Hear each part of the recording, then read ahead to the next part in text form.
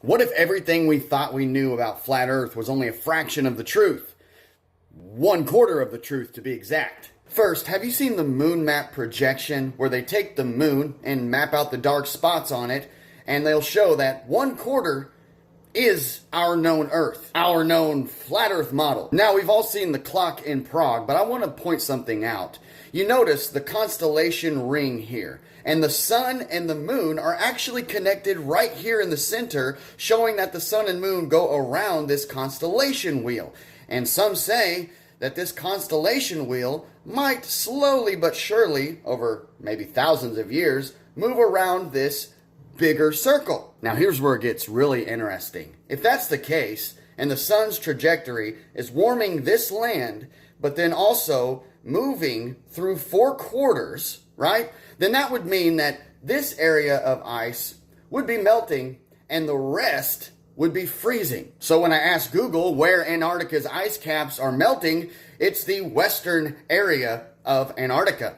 When I ask where they are constantly freezing, they said the eastern region. Where is the eastern region?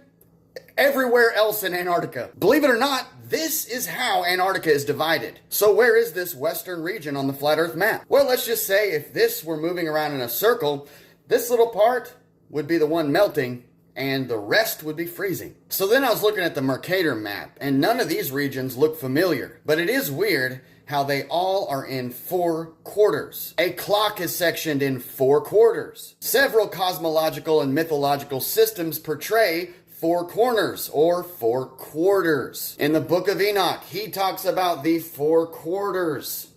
And several verses talk about the 4/4. Then you look at the definition of quarter, and one is each 4 equal or corresponding parts into which something is or can be divided, right? Then another definition is the place in which you can dwell, a specific place.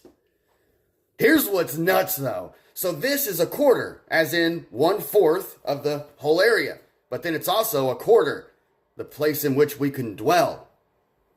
What? So with this generalized idea, what else does it explain? Well, it explains lands beyond the ice wall, extra lands. Maybe not this or this, but maybe it's this they're trying to deflect us from. Also, global warming. A lot of people want you to think that the world is getting sicker, and then you've got your conspiracy guys who say it's just a big old money grab, global warming. But what if it's just the natural cycle of our reality? Every so 1,000 years, this moves into another quarter, causing an ice age?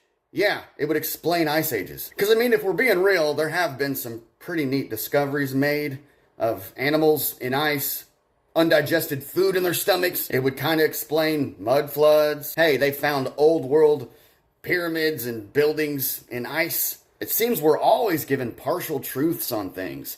Now, I'm not saying that this theory is one that I believe or disbelieve, but it's interesting nonetheless. Look into it.